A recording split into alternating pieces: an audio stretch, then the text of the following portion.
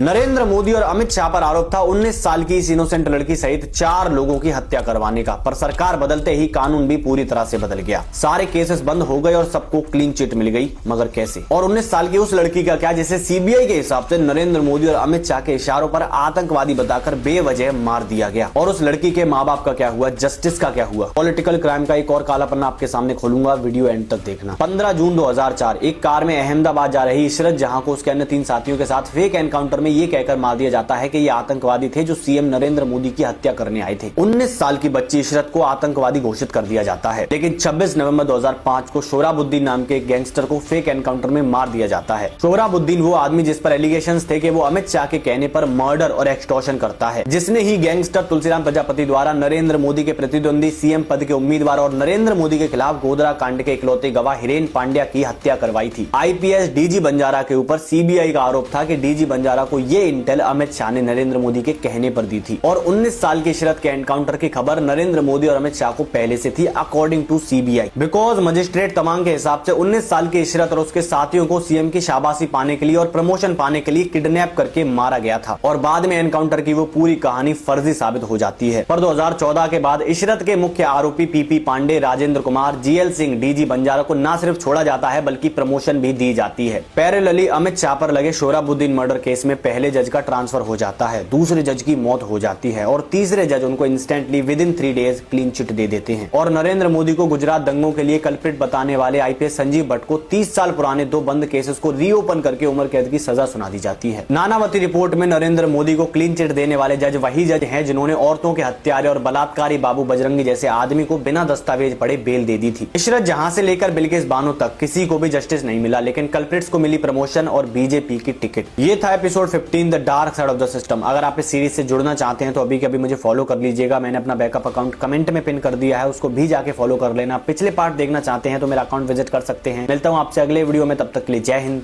Jai Bharat.